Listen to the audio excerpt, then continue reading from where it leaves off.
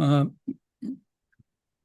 Rod, while we're waiting, we have two sets of minutes to review and approve tonight. You and I can look at the September 30th, 3 p.m. Pocket Park meeting that we held. Hmm. Uh, I've reviewed it, have no changes to any of the content. Did you have a chance to review it? I did, and I'm good with what's there. Okay. I, Do we have a motion I to approve that? I make a motion to approve those minutes. And I will second that motion. We put the matter to a roll call vote as required. Rod, Aye. and I am I. The motion passes 2-0-0. There's Andrew. Hi, Andrew. We just approved the September 30th minutes. That was the Pocket Park meeting that we all attended. I skipped over the September 22nd minutes as you had made a change late this afternoon. I have reviewed that. I don't have any problem with the change you suggest. Rod, have you had a chance to see that? I have, and I have no problems. Okay. Any other discussion on that item?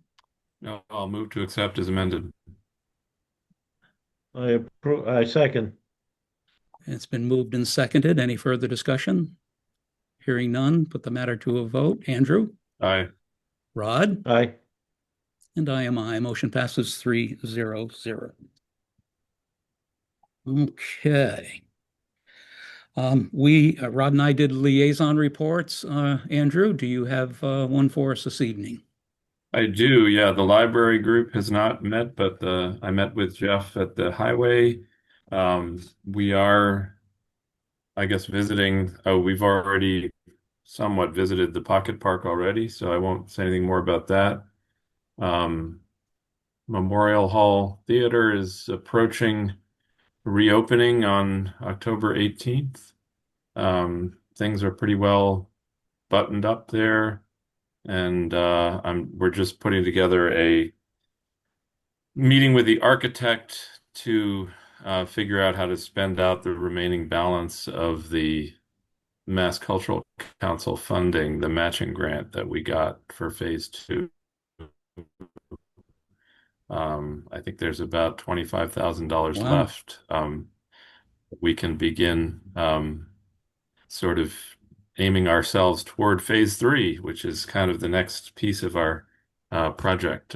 But I'll have more to say about that once we've met with Joe Matty. Um, in terms of the highway, I did meet with Jeff on Friday. He is coming in later, but said I should just give you the rundown.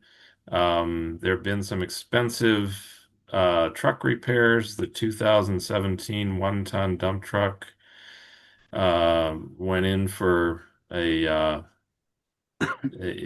to replace a sensor, I guess, and it turned into a $1,300 repair. Turns out there's a fair amount of rust on that. Um, the rusted dump cylinder had sort of crushed the some of the modules that control the fuel system. Hmm. Um, there's the 3/4 ton truck that Jeff uses also had a knock sensor replacement of about $1,100. Um, the 2019 cat loader, which is the big yellow uh, bucket truck that is used in the village for snow, um, has a transmission revving problem that is still being explored to see if we can come up with an affordable replacement. But I mean, repair. But if a motor replacement is required, that could be as much as $15,000.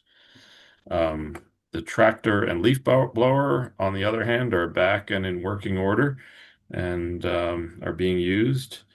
Jeff and the crew have replaced 6 of the sonotube concrete posts on the upper bridge on Brook Road. Those had gotten broken, I guess. They've been doing spot grading on the gravel roads, And Warner Brothers has been called in to do Chapter 90 work on the bank erosion on Old Greenfield Road. All States Materials is doing full depth reclamation on Old Carpenter Road starting on October 14th. Warner Brothers will come in and follow with the paving when they're done. Knotweed treatment has been completed this fall about a week ago by Brian Colleran. He recommends it doing the next one in the spring. And we do have the vegetation management plan in place to cover that. It's good for 3 years. And this Monday was the start of the no punch clock timesheet system. And I believe that's pretty much it. The other stuff, I guess we'll talk about when we meet with Connie. Okay, very good. We have a moment. The Pocket Park minutes we did approve, as I said. Old business, first item is Pocket Park update, and I think we have time to do that before our first appointment. Andrew, again, you took the lead on that in that meeting. Would you like to just give a quick update on where we're at? Well, I guess where we left it was we had a good visit with Dick Hellman, who agreed to give us a proposal for what he could do for less than $10,000, since we're breaking our remaining dollars up into under $10,000 components, to try to do as best we can to complete the design work that we laid out. Terry, have you heard from Dick? Nothing yet. Not yet. Okay, so that's kind of step one, is to review his proposal. And then we met with Kyle Canaperi to look at the second chunk of landscaping possible projects. He was somewhat more skeptical about doing a project without a more detailed landscaping plan, but said he would take a look at the park once Dick has completed his work and then see if he wants to give us a proposal. And if not, we'd have to look for somebody else. And then we talked about the third chunk being allocated towards the slate benching that we want to put over the Jersey barriers to create more seating once that set of tiers is in place. So that's pretty much where we left things. Did I leave anything out there? I think you nailed it. Perfect overview. Appreciate that. So we still have more information to gather from these various folks, and we'll see where we come out. Great. I believe we also have time for a quick update on the highway department. We had put out a part-time help for winter work. We had an ad, I believe, in the recorder I saw. Terry, any update on that? Any responses? No updates as of yet. We have one gentleman who's currently doing our mowing that has expressed an interest in the position, and I told him to submit a letter of interest. Okay. And the ad has finished running? It's in a variety of different places, but it has in the recorder because that's the most expensive venue. Great.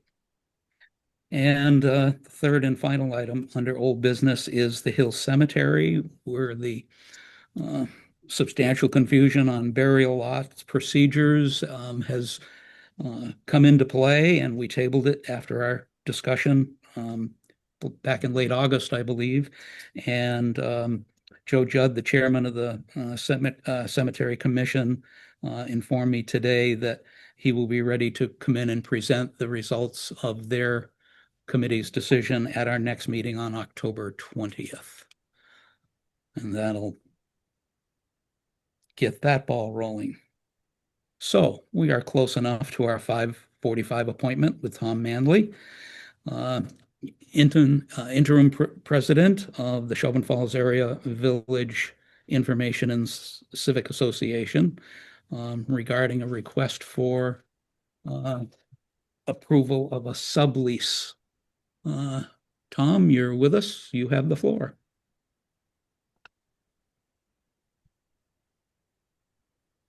You're muted, sir, or you're muted.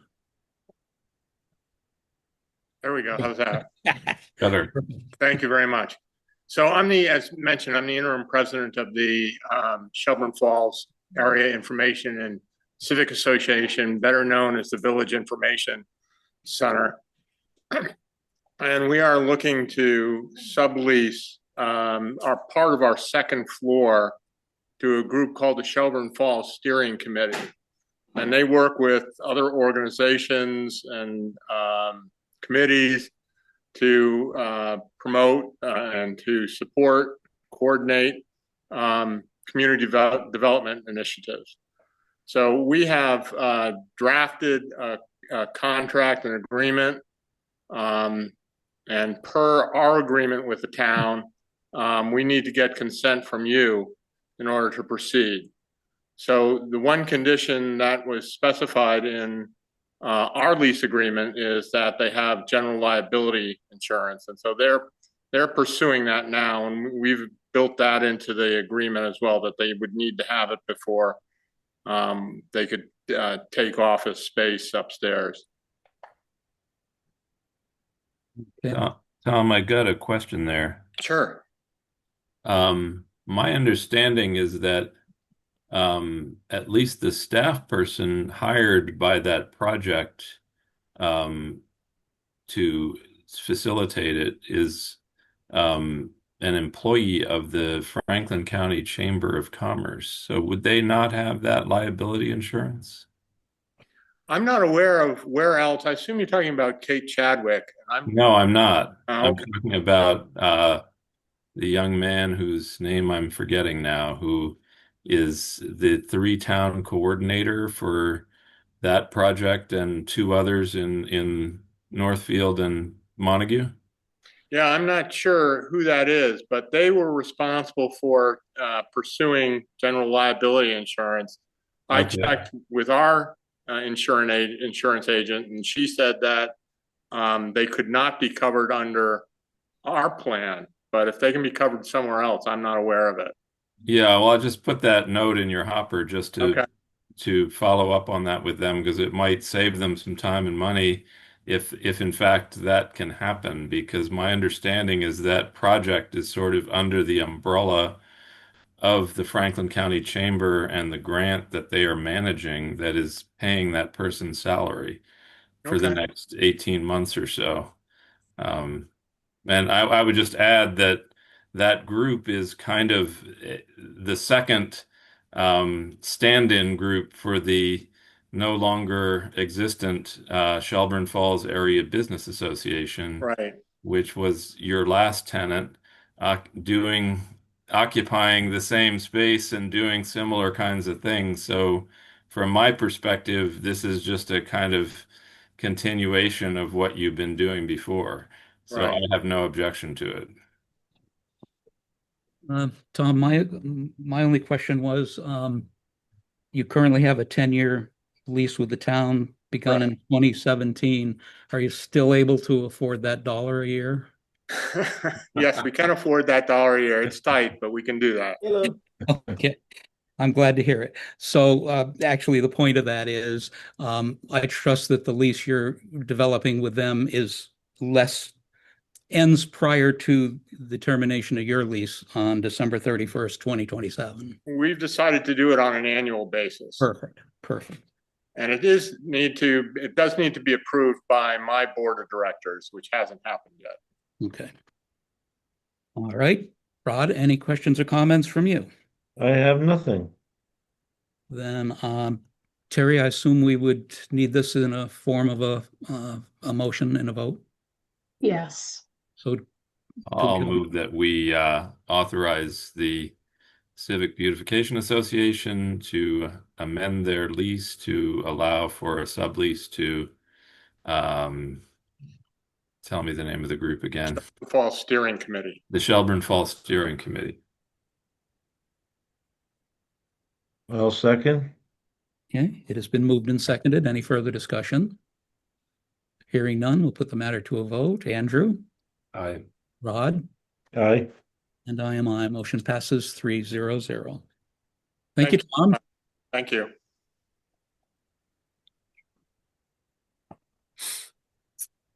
Okay. Let's see, new business. We have, while we wait for Cheryl, transfer station, winter hours. Typically during the winter, starting December 1st, we've been closing the transfer station at 4 p.m. But our new operator, Bailey, has offered to keep it open until 7 p.m. if the select board are comfortable with continuing what once was the hours of operation. Do you recall why they got reduced back from 7 to 4? Was it just darkness or? It was because Mr. Giard only wanted to work until 4 and Joe Fink was subbing, and we couldn't loan him during the winter months Okay. to operate from 4 to 7. And the location has adequate lighting to keep it, Yes. I think it's dark by 4:30 at some points in the winter hour Yes, it Yes. does. time period. Any questions or comments from Rod, I have nothing. Andrew? Just curious, Terry, if you know anything about our past usage, did people use it in the dark time? Yes, in fact, people are already asking with the new attendant whether the former hours will come back. So that's why he brought it forth. I'm in favor as long as people are using it. Yeah. Put that in the form of a motion. Sure, I'll move that we extend the winter hours to their former schedule, which was starting 10 when? a.m. to 7. 10 a.m. to 7 on Tuesdays. Is that correct? Yes. Okay. There it is. I'll second that. Any further discussion? Hearing none, put the matter to a vote. Andrew Aye. and Rod, Aye. I am I. Motion passes 3-0-0.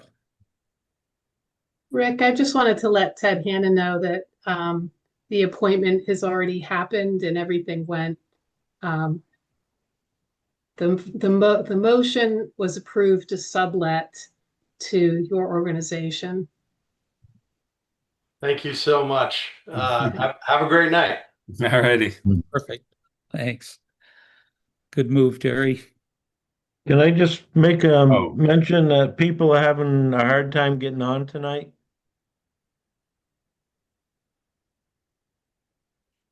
I heard that initially, but now everything seems to be working fine. Joe Ray has been trying to get on and he can't get on. Hmm.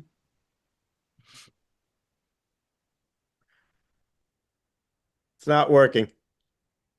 What's not working? You're on. I couldn't know because Joe Judd gave me the Zoom address. I can't get on through the website. Oh, the town website. Yep. To Oh. link to it from there. I can't. I go to the town website and I get you've got an incorrect address or something like that. Website is so old, it's a nightmare. So I guess, Rod, you could tell Joe that he could use the meeting ID number to get in, which is at the top of the agenda. I will do that. I'll take a picture of it and send it to him.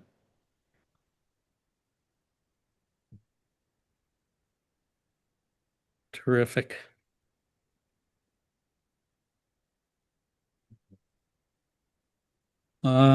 We're just a few minutes away from our appointment with Cheryl, and she's not joined us as yet. Would you like to proceed with the any other business or jump down to correspondence? Andrew, I'll leave that to your decision. You can go to correspondence. Okay. Under correspondence, we have received a communication from the resident, Rita Jaros, of concern that with the Sweetheart Pub and Brew being opened or having reopened, that people are walking up from the village, using the sidewalk as you walk from Bridge Street up towards the Sweetheart. This would be the right-hand side. That sidewalk ends just beyond her property, and people are crossing the road there where it's pretty close to traffic coming around the corner off of Route 2. There's no crosswalk there. She's suggesting that we look at pushing that sidewalk all the way up. The interesting thing to me is, however, if let's say we had a crosswalk at Rita's and they went over to the crosswalk on the other side, that crosswalk ends at a driveway, and people would have to then walk on the edge of the road to continue towards the parking lot on the other side of the road from the Sweetheart to where there is an actual crosswalk right now. So it's kind of a rock and a hard spot question there of how to deal with it. Any thoughts from either of you that have read this and thought about it?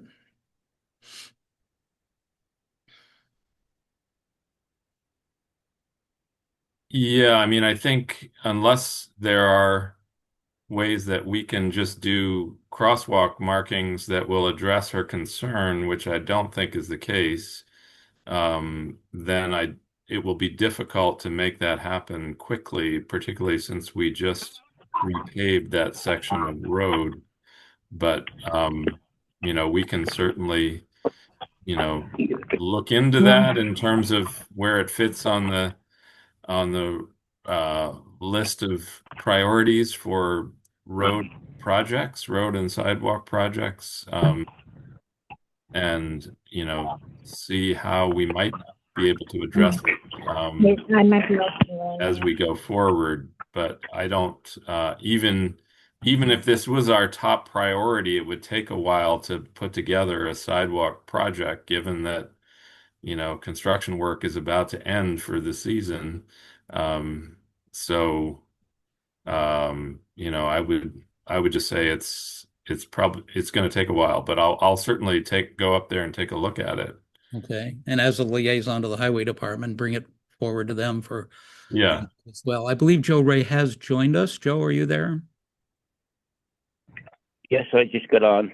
And are you joining us with regard to that communication on the sidewalk or something else? Yeah, I was just wondering what was going on with it. I know I had brought that to your attention before, and I was just wondering where we're at. Okay. Well, this was brought to us by Rita Jaros about concerned people driving. I don't think you were on, people walking up the sidewalk about to her house where that sidewalk ends, crossing over to the sidewalk on the opposite side of the road, worried about fast-moving cars that have just come off the highway around that corner, and suggested that we look into pushing the sidewalk on her side of the street all the way up to your place. You and I had spoken a year or so ago, when I was looking at it saying, why isn't this sidewalk on the opposite side of Rita's pushed that last, I don't know how long it was. I've forgotten, Joe, maybe you do, but maybe 50 feet more to get to your open parking lot where there then is access to a more highly visible crosswalk over to your facility. But it involved retaining walls and permission from the landowner. And that's as far as it ever went. So Andrew is going to look into this and see what the options are. I don't know if we have the right to put a crosswalk on a street that we choose to, or that we don't have that right. So that's something I think, Andrew, that you should look at. Now that is Route 2A, so maybe the state would come into play there too. But a quick solution, if it's possible, might be to just put another crosswalk with a sign approaching. Her concern is the people coming off Route 2, put a sign that those folks would see, slow crosswalk ahead or something. But dig into it, find out what you can figure out. Yeah, I know that sidewalk, the crosswalk had been there for over 50 years that I can remember, in the past. And as far as an extension on the sidewalk, it is the gateway to the town. It should be something done, but I knew with the road project coming to an end, we were a little late on getting on that. And so I was just listening tonight to see what the concerns were and what was going on. Okay. Well, Well, Joe, I'd be happy to take a look at it with you if you have time, if you want to share your thoughts with the highway superintendent. That, I mean, look, it seems like painted crosswalks and extending one side or the other side are really the questions at hand. And so which one makes the most sense is kind of, what we have to work out.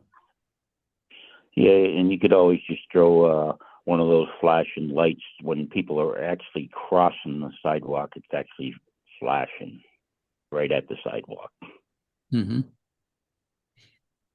Those are solar powered, probably a simpler temporary solution. Okay. Yeah, good. Well, we'll certainly take a look at all of those and let you know. Great. Yep. Super. Okay. So we will acknowledge the receipt of that, and that we have discussed it and digging deeper into it to find out what we can or can't do with it being a Route 2A as opposed to a complete town street. If that's a factor and what the options are, and we'll get to it as soon as we can get some more information. Yep. Speaking of that, Terry, do you have any input on that in terms of who we might contact at the state, or what the intersection is between the state and the town in regard to crosswalks and sidewalks and things like that? That would definitely be a question for Jeff. I mean, I have a state contact list, but Jeff would be able to tell you who he works with. If you recall, they just recently repaved that street as part of a state project. So I'm sure he has contact information. Okay. Good. Yeah, we'll follow up on that. Thanks. You're welcome. Super. Okay, we are up to 5:59. That's pretty close. I see Cheryl has joined us along with Willow. And we will turn the floor over to you, Cheryl. Your request was to discuss the 2D 8T building and use discussion. We have our finance committee on as well with us. So the floor is yours. All right. Thank you. Can you hear me? Okay. Yep. All right. Great. Thank you for having us. We're a bit of a smaller group than usual. Martha is traveling back from vacation abroad, so you are stuck with yours truly. We have been, as Phase 3 opens for 2D 8T sustainability, we have been coming around to all of the select board and finance committees that will have us to really just reintroduce ourselves and let you know that after a relatively quiet period over the summer, we are ramping back up with the sustainability work and Phase 3. Phase 3 really is about finalizing a potential regional agreement, which would bring Hollamont and Mohawk Trail into a single district. It moves forward simultaneously a potential building project to bring all students in the Mohawk Trail and Hollamont Regional School Districts, where learning and growth is our focus and community encourages our path. But to bring all of those students together in a single campus to provide the most efficient and broadest educational experiences that we can for our students. A couple of things have come up in our conversations with community members in the spring and in the early summer that we did want to talk with each town about. Really, there are three of them that seem to be on the top of everyone's minds. Sorry, it's WASP season. One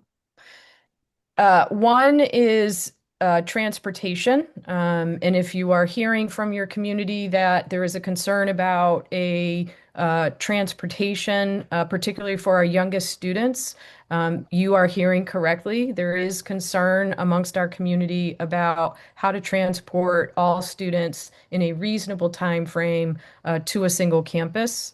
So phase 3 will take a hard look at transportation runs and determine ways in which we can reduce length of time, particularly for our outlier towns and our outlier students. Think Plainfield, think Hawley, Heath, Charlemont. Those folks that live on the other side of a river or the other side of a mountain. Those are students and families that we need to take a particularly close look at and do some problem solving for.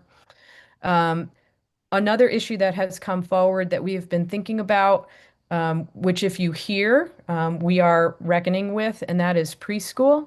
How do we offer preschool in a meaningful capacity for all of our students that we are required to offer preschool to, but also knowing that preschool is really the key for early experiences and success in kindergarten.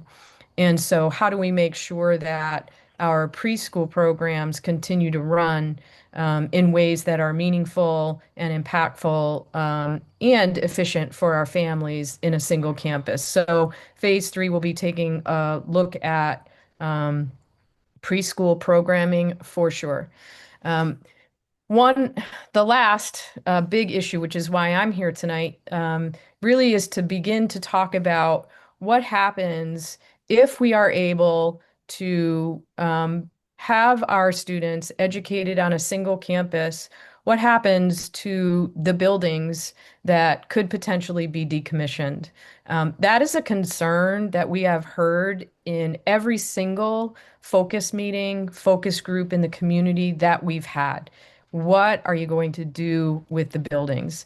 As you know, Mohawk Trail is very eclectic, and Hollimont is as well.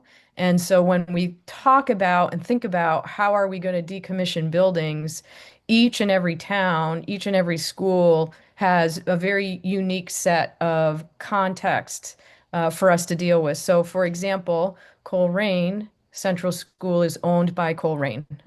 So that's a relatively straightforward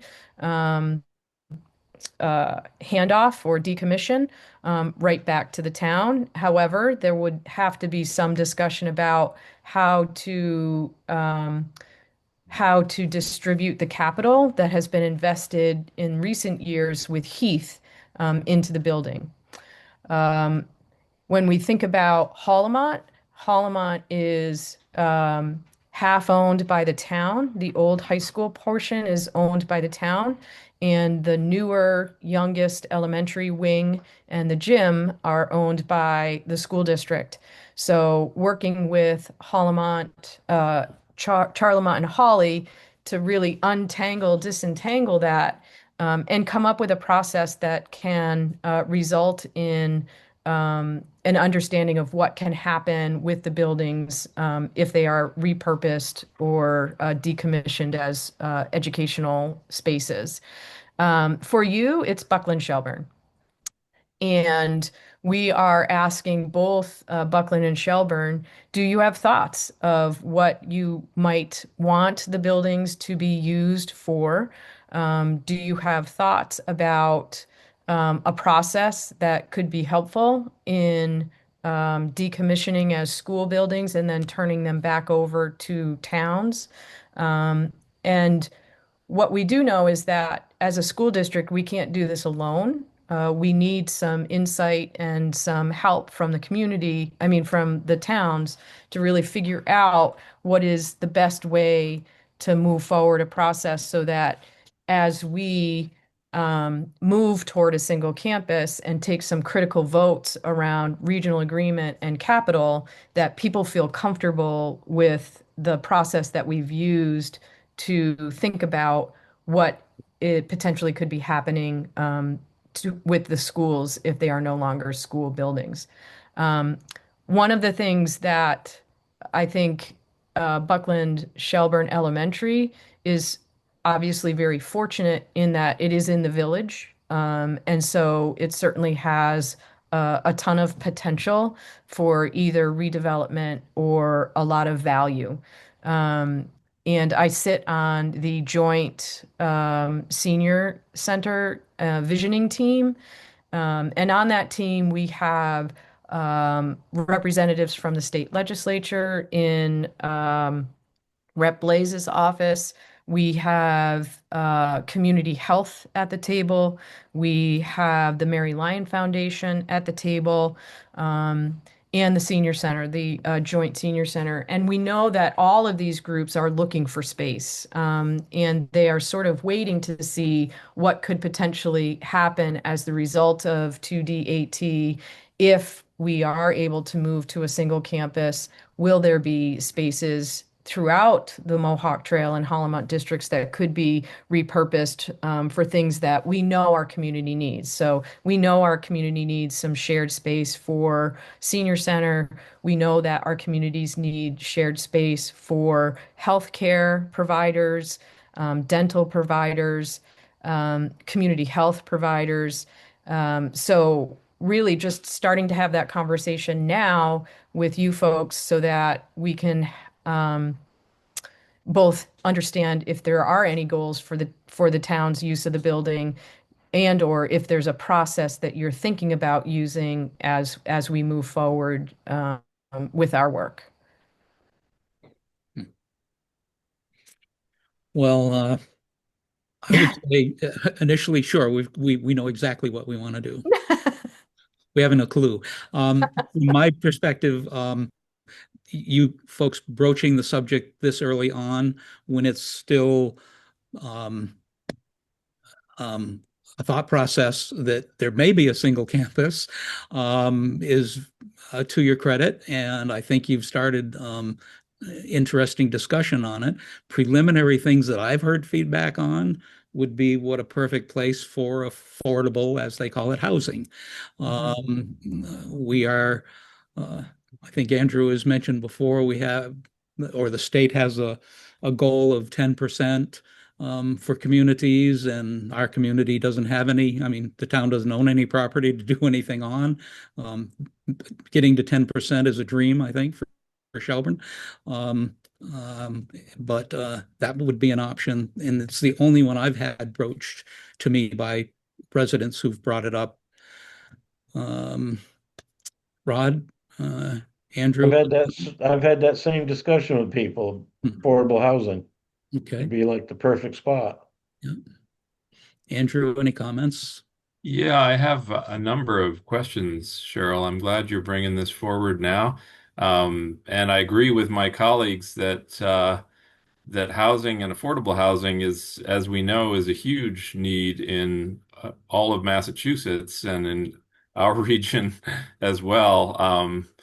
And this site, the whole site, could represent probably Shelburne's best opportunity to develop a significant amount of housing for the first time since the 1970s, which is when we built the senior housing complex. It's been a long time since we've created much housing of that scale. And so I think that the ideas that you mentioned of using it for nonprofit tenants, is certainly probably one of the easier ways to reuse the building as it is.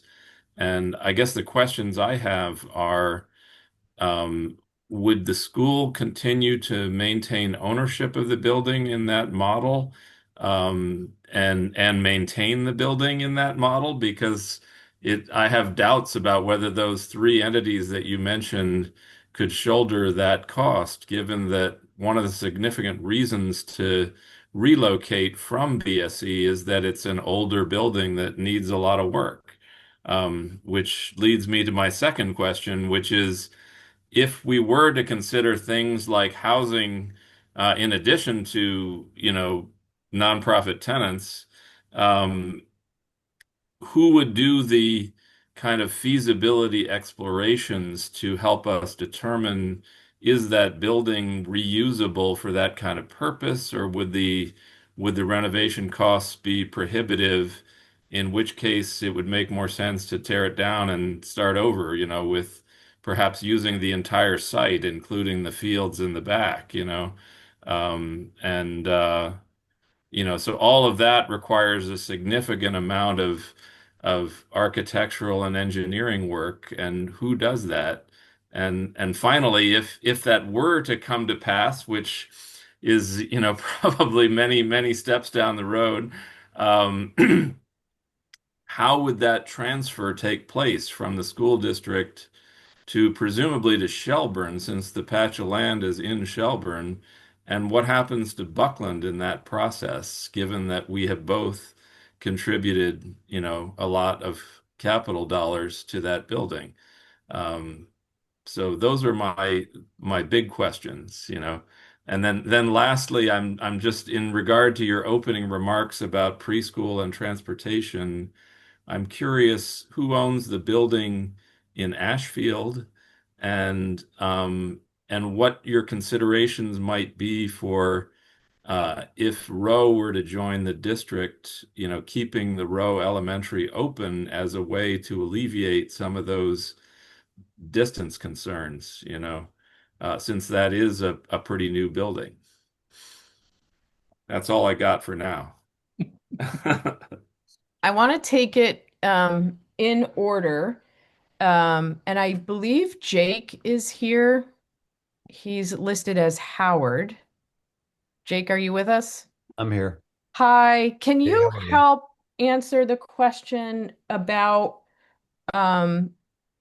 what your experience has been in terms of the transition of buildings back to towns, and I mean, there's various ways that happens, but what's your experience been? Yeah, I guess my experience is it depends on what the current ownership is. So, BSE is owned by the district. Um, Unlike Coleraine, which is owned by the town, so the relationship between the transfer of assets would be different, obviously. But I think whatever is written into the regional agreement, so a new regional agreement will be created if the new district is to form, and that regional agreement will have outlines in that talk about assets and liabilities and how the assets and liabilities are transferred. And so I think it's a non-answer, meaning that the transfer really is up to the school district and the towns to work out. It could be that the school district gives the building back to the town for $1 or whatever. Um, and your question around Buckland and how you go back and look at the sort of the investments over a period of time.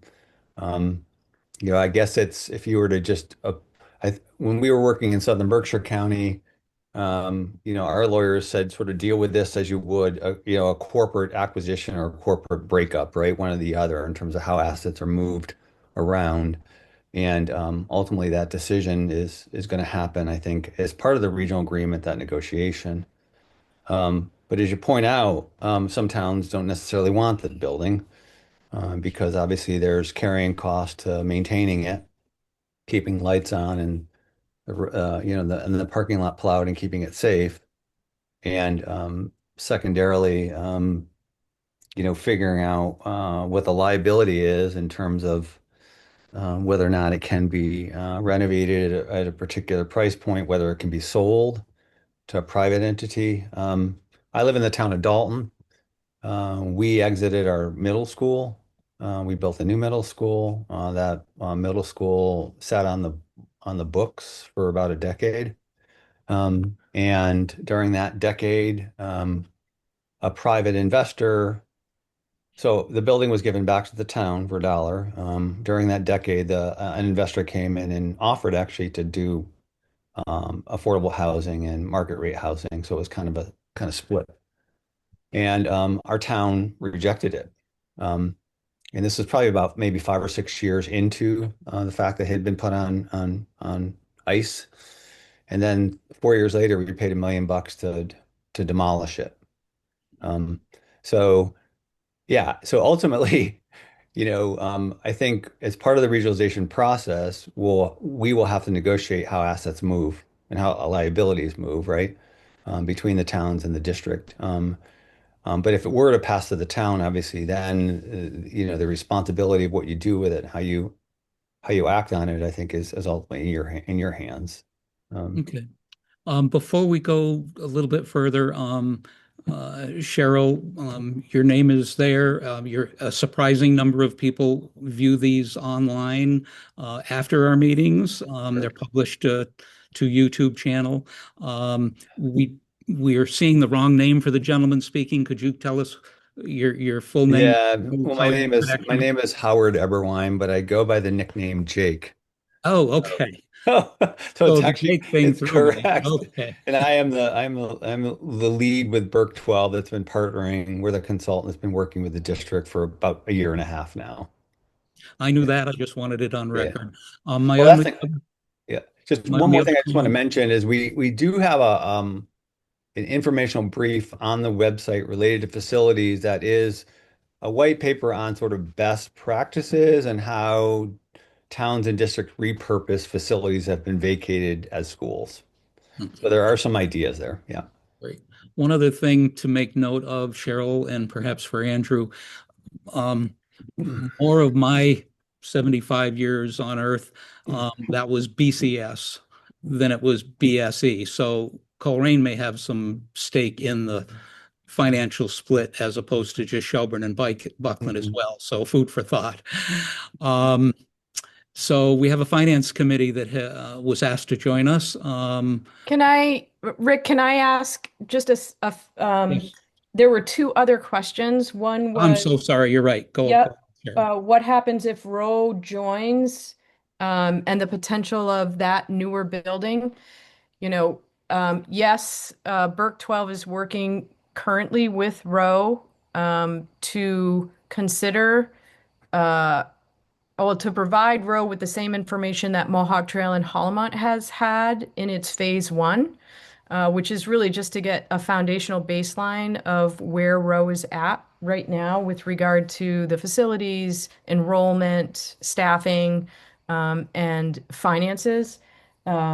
So Roe would need to make a decision based on that information, whether to consider coming into the 2D 8T umbrella, which, as you know, the goal or the vote of the working group was to move toward a single campus, as an aspiration, that as an inspiration, right? That the best way for us to provide the breadth of programming that we want for our students, given that our population is declining, our student enrollment is declining, and that we want to have robust programs like band and art and athletics and PE and music.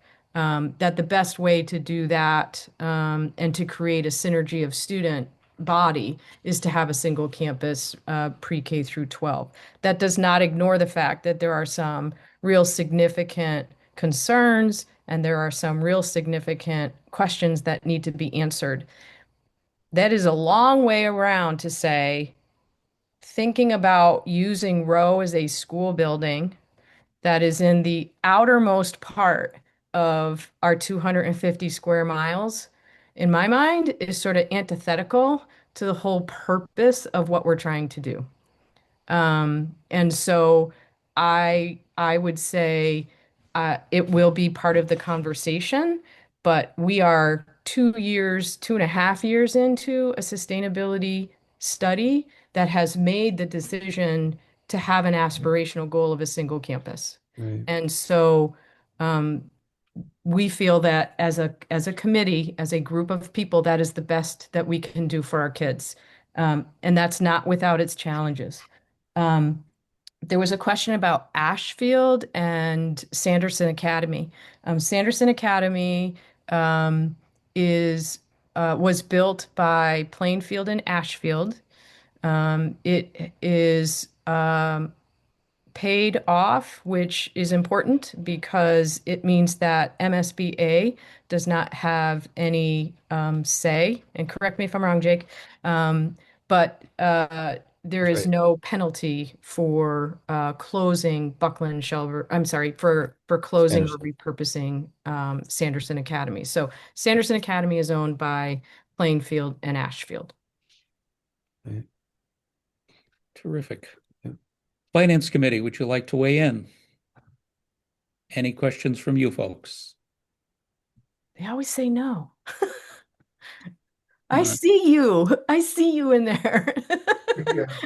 They've unmuted, so maybe we have a comment coming.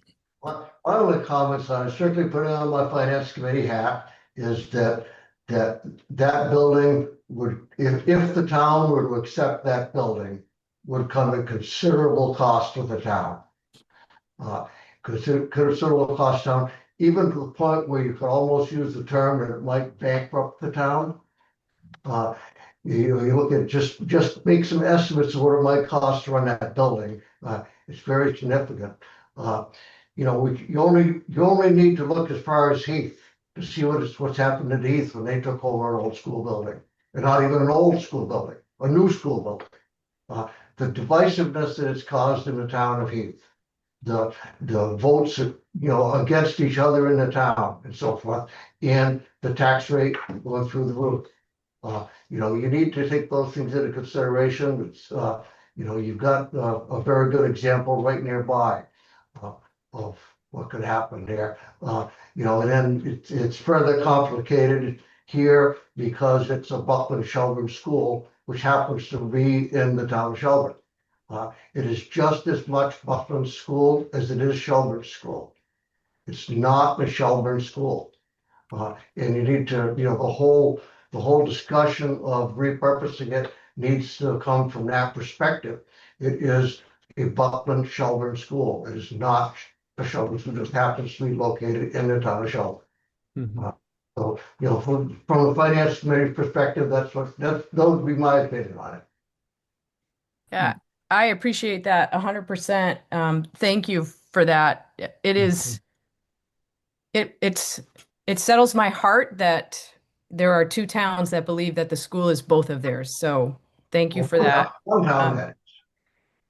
With regard to Heath, we we went to Heath last week or the week before, and you're absolutely correct. They have a lot of lessons learned, and not only in what to do with the building and the process of what to do with the building, but I think sort of bolster our approach here at getting out to talk about what to do with the building, because what they said was they spent all of their time and energy having conversations about what is the best that we can do for kids. When you start to have classes of 2 to 4 students, is that really in the best interest of students? And so they spent a majority of their time and energy having the conversation about what can we do for kids, and they didn't have the conversation about what is the realistic impact of having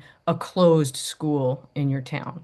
And they've suggested that we have this conversation and that they would be willing to be a partner with us to come out and have conversations with towns that are in a position to be repurposing or decommissioning and repurposing school buildings in their towns. So I appreciate that. Thank you. Great. I just have one question. You mentioned a couple minutes ago that Ashfield is paid off, Sanderson Academy is. What is Buckland Shelburne? Would we have issues with the mass school building administration as well, or is it paid off? I don't even know. I believe that there are no capital projects in the district right now. I believe that, I might have misspoke. Jake, do you remember, because we did a big capital project for safety with, we did a lot of, we did a lot of, building safety, like, Upgrades? upgrades. Yeah, like, smoke detectors, like, why am I not, like, systems, like the big panels where, you had to bring in new systems for 911 calls and things like that. And I honestly, off the top of my head, I'm not sure how long that capital bond was taken for, how many years that was. I was thinking more specifically about the addition that they put on in the late 90s. Is that paid off or? Yeah. I believe so. I think Jake Okay. is looking it up though. Yeah, I was. I don't think you have any outstanding MSBA partnership, but you guys have borrowed money for ongoing capital investments. I think you do that on a 5-year basis. Yep. So I think to your point, Cheryl, I'd have to think check with Robin just to make sure you haven't been part of any kind of special energy program or anything that was outstanding. But normally that probably came in as a block grant. I don't know that there's a long-term Right. liability. Okay, just curious. Good question though. We'll definitely check on that. Mhm. And then one last thing I was just thinking of, I know this is early, but it would certainly be a major consideration for both Buckland and Shelburne, but we don't know what it even costs to operate that building. Should we? Yep. Should we agree to take it over? Yeah. We don't know what we're even looking at for the costs for the town or towns. You know what I mean? Yep. So that would be something we would definitely want to see sooner than, not at the 11th hour. Let's talk about that at 5 o'clock, so we're not Yep. making hasty decisions. Let's see the data, let's mull it over and then think on it. Yep. Yeah, so Cheryl, you guys had bonds issued in 2016, 2020, and 2022. I don't think any of those has a connection to MSBA. Those are just borrowing internal. Yeah. Yep. So, Cheryl, I have a follow-up on the Finance Committee concerns about cost of maintaining and operating the building. That one thought for your group, given that the town of Shelburne might, while it might want the control and say so on future uses that would come with owning the building, that might not outweigh the concern of shouldering all of the cost of owning the building. And one thought that you might look at with your group as you're proceeding down this path is whether the school district can pursue grant opportunities or funding to do that kind of pre-development assessment, so that if all things lined up and the consolidation happened and we were looking at reusing BSE, that transfer to a developer could happen more smoothly and quickly than the scenario that you described in Dalton of the town owning the building for a decade and then paying to demolish it, That would be the cautionary tale we would not want to pursue. yeah, for sure. Yeah. I mean, I think there are stories where that's absolutely the case, and there's stories that, the other opposite, which is when that the towns or cities took over buildings and then repurposed those buildings or sold them, to private developers, to do things like build housing and create, commercial space. So I think Cummington School right now is being repurposed. It took a few years to get there. They closed Cummington, Central Berkshire, and now it's being reused as sort of an arts community center. And so, that would be an interesting case study again to look at. So, I think your real estate is interesting because it is tied to the downtown, and from my perspective, that offers some interesting, I don't know, opportunities/advantages that you might not see with a school in the middle of nowhere. like Heath, which there were limited options, obviously, and they obviously repurposed that into a town center, which they needed. So Okay. I also Cheryl? just want to just one clarification on something that was mentioned earlier. We may be working with Roe. So we're in conversation right now. The select board has voted to move forward with a very initial study, basically to do a temperature test of the community, whether they're interested in joining the 8-town effort. But very specifically, the question they have to answer is whether they would want to join the effort and send their kids to Mohawk Trail as a single campus. We're not really looking at variations where Heath might stay open. I'm sorry, where Roll might stay open or Holomite might stay open, and we have potentially a kind of a Western campus there. We're really saying to folks, the commitment you're making is to invest in the single pre-K through 12 facility campus, and that's where kids will go. And clearly, the transportation we've got to sort of work through that. Yeah. Cheryl, any further comments? I see we have some school committee members who are invited to join us. I'll get to them, but give you another shot if you have more, Cheryl. No, I think that's it. Thank you. Those are great questions. And we believe this is part of the process we want to continue to use. So thank you for being open to giving us a half an hour, 45 minutes of your very valuable time. Your time, like my time, is like, woof, goes before we know it. So thank you. You're more than welcome. Thank you for the very comprehensive update always. Willow, Maya, either of you have any questions or comments you want to make before we move on?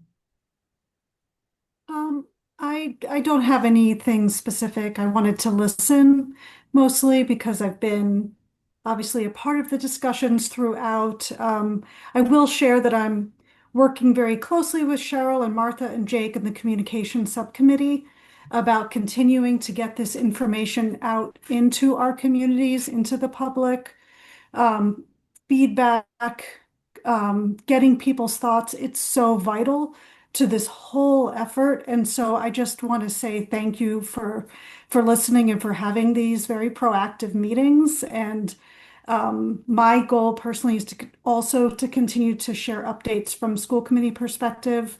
Consider me a resource as well as one of your 2 town reps. So if there's ever any questions, thoughts, feedback you want to share, I'm just here along with Maya. And we are your reps, so we definitely want to hear from people. Appreciate it. Maya, if you have anything else.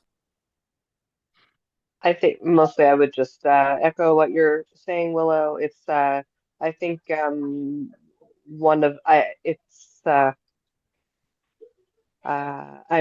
definitely here to listen and want to help just foster communication, talking with people in the school system. My kids are at BSC right now, so that's a lot of the people I'm talking to, but just hearing what folks in different towns are thinking about, what ideas they're having, and I'm very happy to hear about and to hear the communication between Shelburne and the district about thinking about what would building use look like after this, and were we to go forward with this, and how we can integrate that conversation with this one about the streamlining into one school. And I do think I am looking forward to ways that the towns that may be more on board are able to, and the district work together to figure out how to get some of the towns that might be less ready or willing, figuring out ways to work together to bring everybody on board. Terrific. Thank you all. I think that covers it unless anyone else has one more afterthought. Appreciate your time. We look forward to your next visit. Thank you. Thank you all. Thank you so much. Indeed. Okay. We're a few minutes early for our next appointment, but I see everyone involved is here. 6:45. Discussion on the old Greenfield Road guardrails. This has come to our agenda tonight at the request of Connie Clark, requesting the opportunity to got to clear up misunderstandings, which there are many of. I've seen myself the conflicting versions from different people. So before I turn the floor over to you, to Connie, to see what we can do for you, I'd like to give you a real quick update of what we know from this side, because you know what you know from your side. Here's what we know from our side.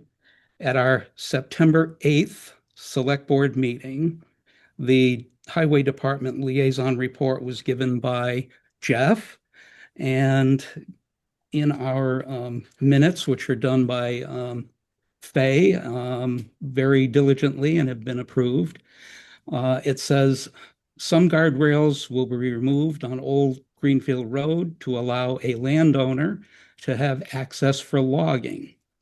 Rod asked what sections of guardrails would be removed and would there be liability for the town. Jeff Johnston said the sections were marked where the landowner had requested and where Jeff felt it was safe. Board members agreed to check the area where the guardrails would be removed and discuss it at a future meeting. So that was the entire snippet of the first conversation on the subject on September 8th. At our following meeting, the minutes on there, also very accurate, reflected and approved, say Jeff said the landowner also wanted to place a place to park a vehicle on the side of the road and a place for pedestrians to get off the road. It was felt that the risk of a vehicular accident was too great. A motion was made by Andrew, seconded by Rod, that the town is not willing to remove guardrails on Old Greenfield Road as requested by a landowner. If and when logging access is needed, a request for a temporary removal of guardrails should be made. The roll call vote was unanimous. So that's 100% the entirety of the conversations that have happened in the two previous select board meetings. It doesn't seem to match exactly what you've stated in your emails to us, so we've given you the opportunity tonight to speak to that. Thank you very much. You're more than welcome. I think if I had been invited to these meetings or to the session on the road, a lot would have been cleared up before you got this far. I've been having cordial and frank conversations, no demands with Jeff. I think Jeff would agree. We simply have discussed things. It was he who put the red ribbons out just as a way of remembering what we discussed. The last meeting I had with Jeff, and I think it must have been, Jeff, get me if I'm wrong, after one of these select board meetings, where we thought, well, what if the guardrail had gone to the inner edge of what has always been a pull-off, where I've always been able to park my truck. And I was not asking for a major demolition of guardrail. The sections that I've discussed with Jeff, he acknowledged there are worse places on the road that haven't been guardrailed. And so the whole job looks incomplete, inconsistent with most of it happening on my property. He was able to make improvements when he got to the Cosby section this spring.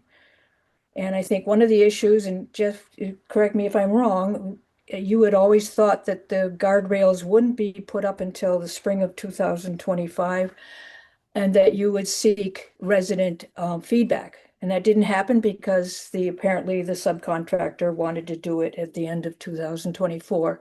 So there was no chance to discuss anything. And what shocked me in getting Terry's formulaic email and the letter from Mr. LaPierre was I wasn't included. I have no intention actually of logging. My property does not lend itself to logging. We used oxen to log where we have the house. Some young fellows came with their father's skidder a few years after that. I've owned it for 30 years, by the way. And they just left their skidder in their tools in the woods because they were so frustrated. So it's not a piece of property. It's only 30 odd acres. It's not a piece that lends itself to logging. It was more being able to leave my driveway, go down with my chainsaw. And if you like the idea of a little old lady hauling a toboggan with a chainsaw in it, that's fine. I can do that. And going down and getting, dead wood for firewood, kindling, things like that. I'm sorry if the word logging got put into play because sure, it is in my chapter 61 that might be a possible site, but everything's changed in the last few years. Logging is no longer something that one can do easily with a piece of property like this. And so I don't even think logging. But most importantly, I feel I was shocked and dismayed and really thrown off my game to think that the three of you would come to my frontage without anybody giving me heads up so I could explain myself, so we wouldn't have had to have gotten this far, so that LaPierre wouldn't have had to write the letter that he did, which is quite frankly an exercise in futility because you dangle that the guardrails might be dismantled and replaced, but you don't say that obviously the landowner is going to pay for that and for the police detail. So it's just not it's not a point of discussion. So just let me feel sad and disappointed that I was not invited to the select board meeting that led to this letter. It's the second letter I've received from Mr. LaPierre where I feel like I've been put into a position that I didn't take.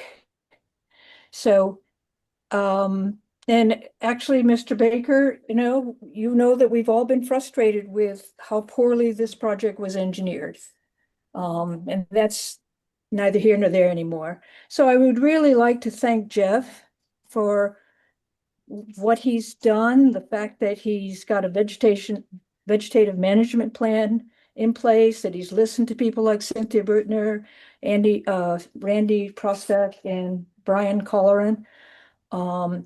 He's taken my questions simply as questions, nothing beyond that. So, Jeff, I guess if I've said anything wrong, please correct me now, but I feel you said you didn't initiate this. So I've been left these last 2 weeks wondering which one of you select board members initiated this and didn't invite me to defend myself. Before I give time to Jeff, I would just like to say that number one, as chairman, it's my responsibility to sign every document that leaves town hall. You know that very well. And I signed a letter that I was asked to draft. I didn't myself draft it. It was cumulative discussion. And it's my responsibility. So the letter is from the board, not from me. I just have to sign it. I also read for you the minutes where Jeff was quoted, and they're recorded, and you can check them, where he did bring it to us and say that it was requested by you. And that's where we get into she said, he said kind of thing. And so again, all I can tell you is what I've told you is the brief amount of discussion we had on it was exactly as presented in the minutes. And it was brought to us as coming a request from you to remove these sections. We put Jeff on hold out of concerns of the liability when it was when it was learned that the guardrail company, a vetted state business, put them in but won't take them out because they don't want new liability to say, well, the town told us to take them out and you had somebody have an accident, and if there was a guardrail there, everything would have been fine. So we can't then supersede them and say, well, the heck with them. We're just going to pull them off, let Jeff cut them back or remove some sections, and therefore put the liability on the town. I'm sure you wouldn't want that done. So we're just kind of like between a rock and a hard spot here. But Jeff, how do you explain the differences in the conversations? Yeah, to be honest, Rick, I don't remember saying much. I may have said something about opening up some pieces for walking or, spaces to get off, but I don't remember the entirety. And, I relayed that to Connie. I really don't remember. Um, Other than that, what Connie was, go back to what Connie said. She asked to correct her and stuff. Our meeting when I was there with the Brian Collar in there, we were discussing and the mention of should I have contoured the guardrail with the contour of that bank where she used to park her truck. That happened after these specific meetings that were recorded in minutes to answer her question there. But to be honest, I don't remember saying it, but I may have. I mean, you have it in recording, so obviously I did. I just don't remember. And I did tell Connie I don't remember saying anything. Um, but in hindsight, I do have to say this project has been probably one of the biggest thorns I've ever had to deal with. I believe it. Um, Unfortunately, a job of this scope should have been engineered. It wasn't. So, it wasn't an attack on Connie. I just felt like it was a very dangerous area, there. And with a new profile road, everything goes faster. So I felt it was necessary to put that there. Not that I didn't want to put more out there. I still plan on adding in areas that I feel needed, past that. It didn't happen, with this grant money because I was piecing everything together. Everything just slowly, was going. So I didn't know how much money I was going to have left over. And at the end, we really didn't have that much. It was like 36,000. But it wasn't an attack on her. I just felt that it was just with, I put my child isn't old enough to drive yet, but I kind of pictured her in a situation in that windy, nasty road. And I used to drive it when I was a kid, but with that, like I said, with a new profile road, it's very slippery. It's very fast, whether it's rain or leaves or anything. And I had safety in mind, and then that's all I had. Um, if there was any, I try to be a mediator. I try to make it work for both sides. And if there was a way that we could do something, maybe make a little thing, I don't know. We'd love to find that too. I mean, in the end, I just want everyone to be happy because that's what we strive for. I think that's what we're all after. And, But it's okay. Go ahead. Sorry. Okay. I think that's what we're all after. I mean, nobody wants to deny someone access to their property. It has to, if it's going to happen, it has to happen in a way where the town is protected. And us making an arbitrary decision to remove sections or alter sections that the installer won't do for fear of liability is a clear message, or was a clear message to the three of us, that we couldn't authorize Jeff to proceed with that. So our hands were tied at that point. So, I appreciate the mess that you stepped into, Jeff. The timing of the retirement of the last superintendent, and you're coming in, you took it on the chin for sure, with plans that weren't detailed in the normal way that you've perhaps seen them in the past. But that's all behind us. Best we can do is how do we move forward from here? Andrew, I'll give you a second. Well, I just wanted to pick that up, Rick, and in the how we move forward from here suggestion list. And one idea, one just to start off, Connie, I just want to say on behalf of myself, I'm sorry that you were not notified and invited to those meetings. That was an oversight on our part, I think, and so Thank you. I apologize for that. And I think I've heard pretty clearly you say tonight that we're saying on both sides that we don't want to take the guardrails down, that you're not requesting it, and we don't want to for liability reasons. But I think that given the lack of engineering on that project, and some things that got missed in the sort of speed with which that guardrail project got installed at the end of the MassWorks grant. One thought that I have is that if Jeff is looking down the road, literally, at other places to do safety improvements, that one possibility would be that we could look at folding in a kind of correction of that bump out that you are requesting to have a pull-off area within the guardrail. I think that is a project that we could certainly consider and accommodate in the context of future guardrail, work that we would do along that road. So that seems like maybe that's the meeting point that we could come to. Well, that's very promising because Jeff, I mean, I really have been grateful that Jeff has been willing to talk about it. All the snafus that have led up to my particular, where I own almost a half a mile of that south frontage, getting slammed. And he and I talked about just not taking out major sections, but tweaking the ends just to open up.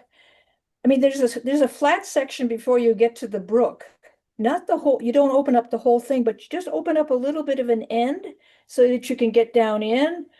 Not a big skidder, but just get yourself down in there. And certainly that pullout lends itself to had the guardrail company just made a swing like that. It would have, I watched people navigate that corner. I watched people get, today it was a big mobile on-site eye clinic and a big truck, and they where they feel the road is too narrow, it gets dicey. So thank you, Andrew. I think that certainly this last meeting that I had with Jeff the day Brian came was hopeful in the sense that the pull-off might be factored in. And but I'm going to reject the select board's letter. It's not operative. It's not something that I want to have in my file. If you want to send me another letter that says that we have some point of agreement here, that's fine. But you have to understand, when you're not invited to a meeting and you get an email like that and a letter like that, and you've been working hard all summer on so many projects, I lost it.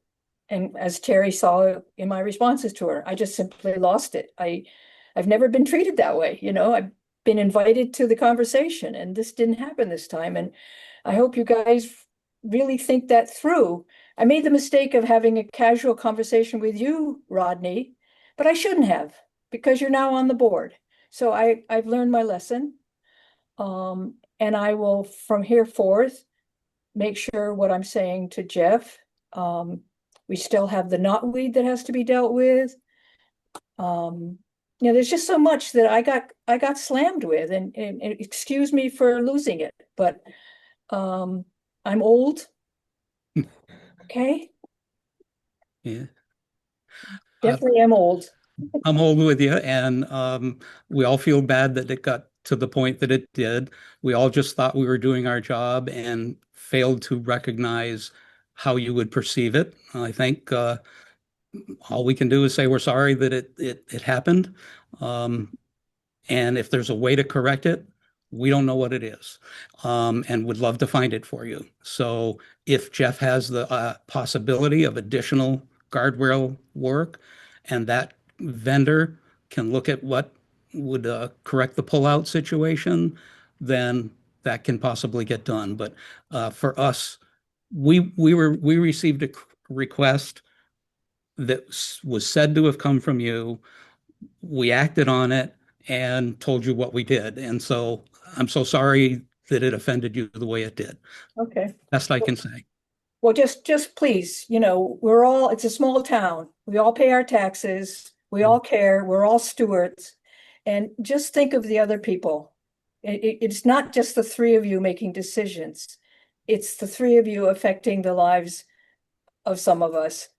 And I just want us to be a team. I don't want us to be in this adversarial position where it didn't have to be. I agree. I think that's what we all want for sure. Um, any other comments, Rod, Andrew, Jeff? We good? I'm good. Okay. Connie, I don't know if you were on, you mentioned the knotweed still needing remediation specifically in that same area. Earlier in tonight's meeting, Andrew reported that the spraying, the second spraying has happened. Yep, I was there. You were there. Okay, good. I didn't I mean, know. I was there in advance of it. We had a lecture all the way up the road so that we all knew what had to be done. Okay. But of course, the repairs to the Great Brook embankment has, as Jeff will acknowledge, has thrown all that section to next year because they tore it up. And there's knotweed is beginning to blossom down at the more western end of my property. I'm kind of jealous that it looks so good on the Cosby section, and I'm, Jeff is, has been talking to me how we can slowly, and we talked with Brian too, how do we slowly get a handle on this? Because the knotweed is even growing up through the pavement. I mean, it's pretty rugged stuff. All right. Well, thank you so much for coming tonight. I hope we've given you a little peace of mind. At least you've now heard both sides of how we got here. We all agree it wasn't handled the best, and we'll all try to do better going forward. Okay, thank you. All right, thank you. Okay, we have one more item on our agenda, which is any other business, our next meeting being October 20th. And a late request, Andrew, from you to discuss the substance of the proposal for the CPA pre-application for the pothole deck engineering work. Excuse me, Rick, it seems like Jeff may have something he wants to say. Oh, I'm so sorry, Jeff. Yeah, just briefly, we're having an issue with our loader.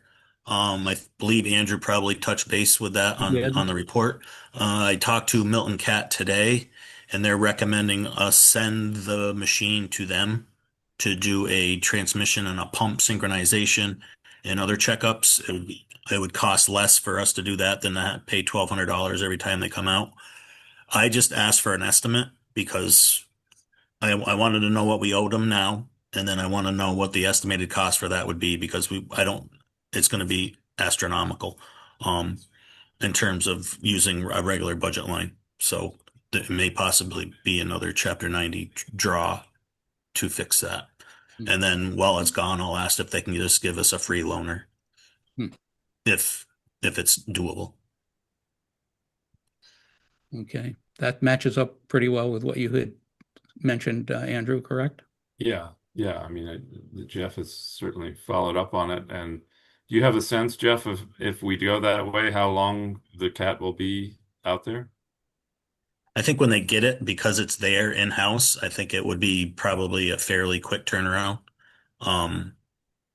But if they do the tests and do the synchronization and the calibrations, if it's still not working, then I'm kind of lost for words because it's only a 6-year-old machine with 2,500 hours, and it's unfortunate there was no extended warranty that would have covered a lot of this. Are you able to transport it to them and pick up a loaner if they'll give it? I can try to locate a lowboy trailer, and Raymond and Steve have Class A licenses, so I don't know if they would need a permit because of the oversized load. But that's something I can look into. I'm sure you'll do the right thing. That's all I had. I just wanted to add, because I spoke with them today after I spoke with Andrew. Very good. Thank you. Okay, Andrew, back to any other business item that you had requested. Yeah, I think Jeff, if you got a minute, maybe you could stay on because you might have some sense to put into the pot here on this. We're talking about the pothole overlook deck. And at the last meeting, we had a kind of procedural kerfuffle that we wound up. There was a vote to withdraw our application or pre-application to the CPA to begin the process of replacing that deck. But now that we have moved past the procedural issues, I thought it would be helpful to actually talk about the project and the deck, since I have had a chance to take a look underneath it with Steve Greenwald, who is the owner of Renaissance Builders, who's been working on our theater project. And he was kind enough to come down and take a look at it with me and give me his perspective. I have to say, I went into that thinking pretty much the same thought that Rick had, which is let's just replace the deck and be done with it. And when I looked underneath with Steve, I learned that the deck is not just a pressure treated set of under supports there, but includes a fair amount of hardware. There's a lot of steel under there as well. And when Steve looked at it, we both noticed there was quite a lot of rust on that steel. It's been there for almost 30 years and right next to the river. So we began considering what would be needed to refurbish those steel supports or evaluate them also. And that's where, he recommended instead of just laying down a new deck on the top and calling it a day, that we should probably do more of an engineering evaluation and design of a new deck. And because it's right next to the river, no matter what we do, we're probably going to need permitting. And, if we were to do that stuff in place, we'd need to shroud the deck, which would be pretty expensive. He was suggesting we could take the steel out and refurbish it in a shop. That would probably be cheaper than shrouding the deck. So those are some of the pieces of new information that I came away from that project with and resulted in my uh, sketching out a design stage proposal rather than just a construction stage proposal. Sort of shades of old Greenfield Road there that sometimes designing is a prudent first step there if you've got a project that may be more complicated than you thought it was. But those are that's kind of what I learned from my initial foray. And clearly, Steve Greenwald and I only looked at the beginning of the support structure. We didn't, go all the way along the deck and look at the entire thing. So there's still more to be looked at. But that's kind of where we got to now. I think at our last meeting, Rick expressed significant concerns about the condition of the deck, and he seemed to think it needed replacing sooner than I did. And that's still another question that really needs some exploration is what is the replacement timeline that we might be looking at that would affect our capital planning in terms of whether we try to pay for it all in 1 year or accumulate money over several years, and sort of map it out that way. So I don't know, Rick, I mean, Jeff, if you have thoughts you want to throw into the mix there, or if you Yes. haven't really I mean, thought about it yet. I've never looked underneath it or anything. Obviously I see the deck because we walk on it, and I don't even know, is it pressure treated wood or is it a cedar? It's pressure treated. Yeah, it's weird looking. Because, I mean, does it have like steel posts supporting the subframe It looked of to the me decking? mostly like a pressure treated substructure that's holding the deck up, and the pressure treated beams are sort of tied together with a series of metal straps. Okay, so kind of Yeah. like hurricane clips, I don't know how long, I mean, when was the last time this decking was even touched? It was built in 1996 with a block grant. So, 96, so yeah. So 30 years old. It's almost 30 years old. Yeah.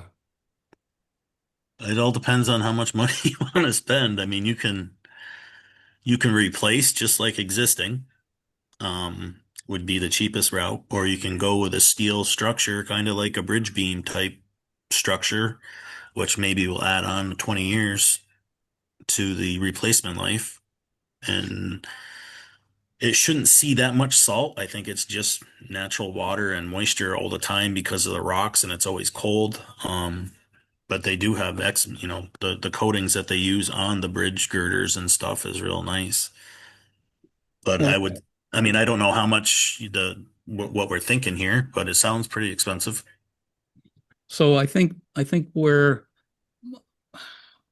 a possible point of confusion is that I objected to um, having a qualified structural engineer view it. That's not my objection. My feeling is right this minute, there's so many screw heads sticking up out of those deck boards that it's a Hmm. hazard to the public.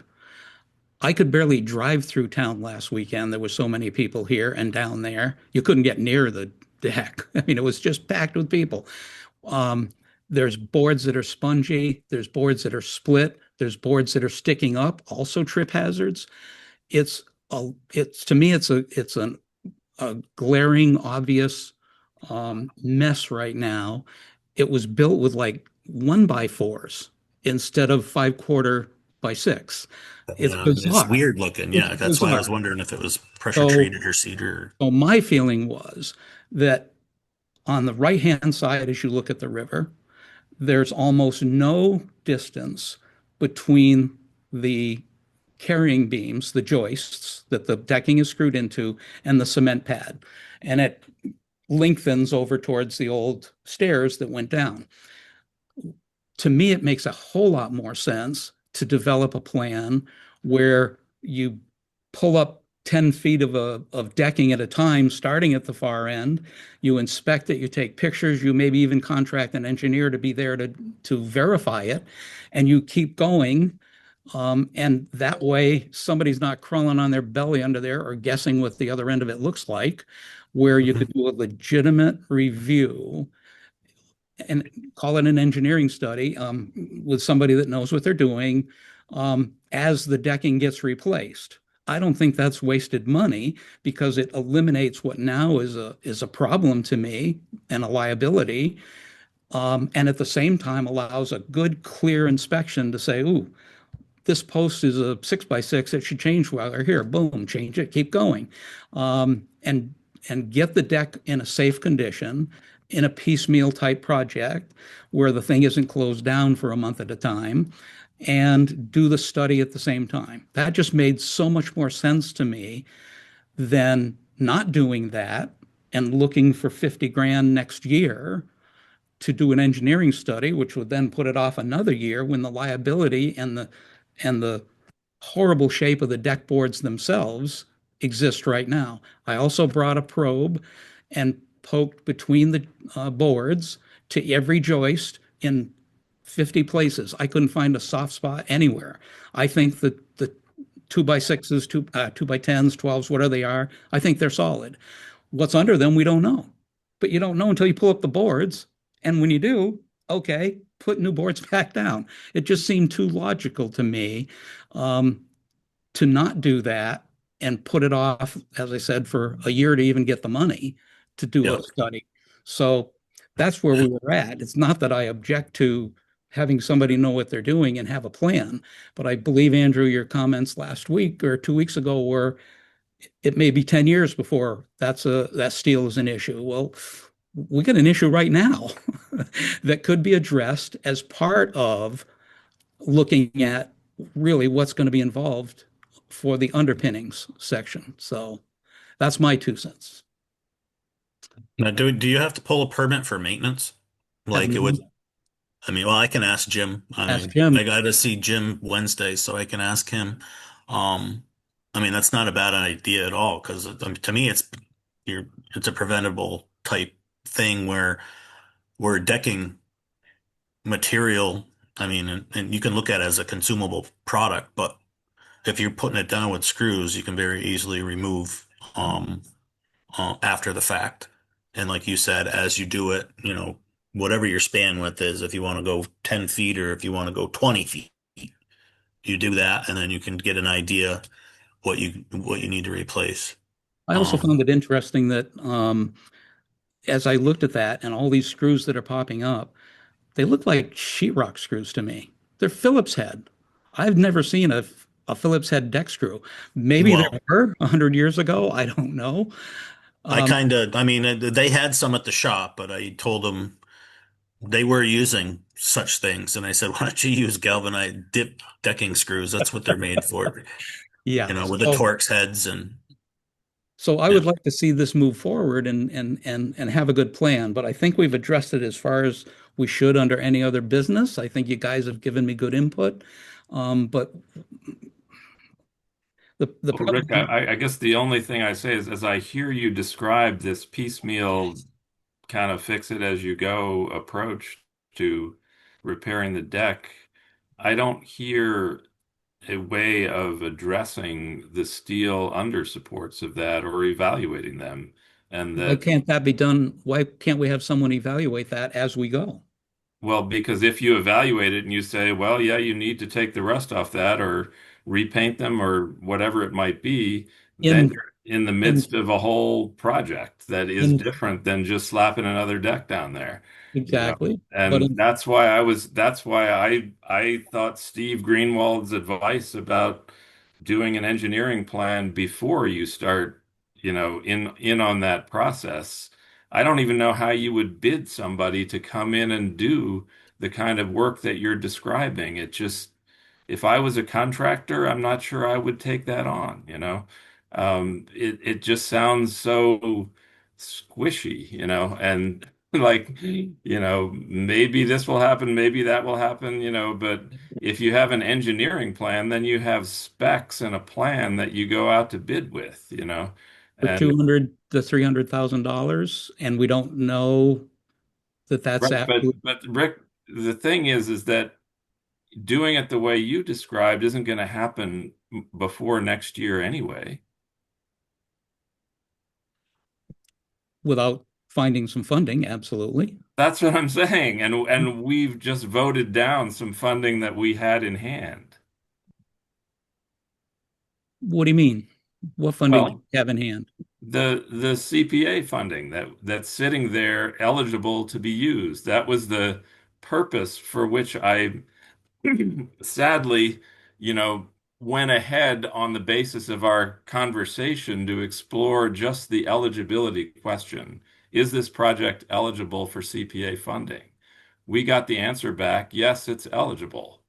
That was It doesn't really mean we have it, though, Andrew. It's no, but that was the only thing that we were really the only question we were trying to answer in that first one paragraph pre-application is, if we were to go forward with this, is it eligible for CPA funding? And if the answer is yes, then we have the prospect of saving the taxpayers 50% of the bill. That's what I was up to in trying to meet that deadline, was to save the taxpayers 50% of the cost. I think it would have been helpful if we had time to obviously discuss it in advance and bring in other experts to look at it. We had one person take a peek and say, you might want to spend 50 grand to get an engineering study. Well, that's good advice, but I'd like at least 3 people to tell me that, and so on. It was just felt so rushed. But Rod, you haven't made a comment. Do you have any thoughts? No, I'm thinking like you. I myself would even like to go down and take a peek at underneath. I mean, they do bridges all the time. They make a fantastic vacuum system when they do scaling of rust, and they can contain it so easy. But I would definitely like to look at it before I made the slightest decision on it. Okay, so let's kick this can down the road at least to our next meeting. I don't think we have any fruit to be harvested on this discussion under any other business. I'm not trying to squash it. I'm just trying to say, right now, there, we haven't done the due diligence of looking at the options that are available to figure out what or if makes sense for a direction to begin. Well, the only suggestion I have in that regard, Rick, is that the pre-application sketch that I put out there would give you that possibility to do that due diligence. It's not, and my sense of and this is a matter that we have to take up with the CPC, but my sense is that those pre-applications are not carved in stone. They're just a sketch to say, if we did this, is it eligible? And then they say, okay, yeah, that sounds eligible. Give us a full proposal that we can really evaluate. That gives us another couple of months to do some diligence and look around, talk to other people, and put together a full application based on what we find, or not, or just say, no, this doesn't make any sense at all. Let's not put it in an application. But that's the process of due diligence that I was starting down the road with. And one possibility, I don't know if it's a real possibility or not, is that the CPC did not get many applications this year. So there is a possibility that they might reconsider our proposal that we rescinded on procedural grounds. Now that we have rescinded it and we can go forward with a motion, maybe we can put it forward again and say, can we put this engineering exploration into the mix again? Because that it is designed to do what you're asking to do, which is to get more information. It would delay eliminating the liability of a horrible condition of deck boards that Rod and I could knock off in a weekend, for goodness sakes. It's not a major project to swap those out, and it kicks that can down a year out to the town meeting, let the town voters vote on it, and then try and look at $50,000 study 6, 8, 10 months later. It's now you're 2 years down the road before we start to address a problem that's in front of us immediately. But we're getting repetitive now. Rick, I think you're talking about two different projects. If you're talking about a project you and Rod could do in a weekend, that's a maintenance project that we could either assign to the highway department or find a contractor to do. But that's, screwing down some boards and replacing some punky boards is not the same as evaluating the entire deck and its lifespan and saying, when should we budget the money to replace this thing? All I'm saying is during the replacement of every single deck board that's there, not just a few, you have the opportunity for an engineer to actually stand there, right there, touch it as it's opened up to make those evaluations. And it certainly would be more comprehensive than trying to do it in place. So it still makes sense to me the way I suggest it. But I think we beat that horse to death for this evening. I'm willing to discuss it again, but I don't think we're getting anywhere further tonight. It sounds like you don't, I mean, I'm hearing a disjunct between your sense of urgency and your desire to kick this down the road. Okay, let's take a vote tonight. Let's have somebody go vote or take a vote to go out and find somebody to replace the deck boards.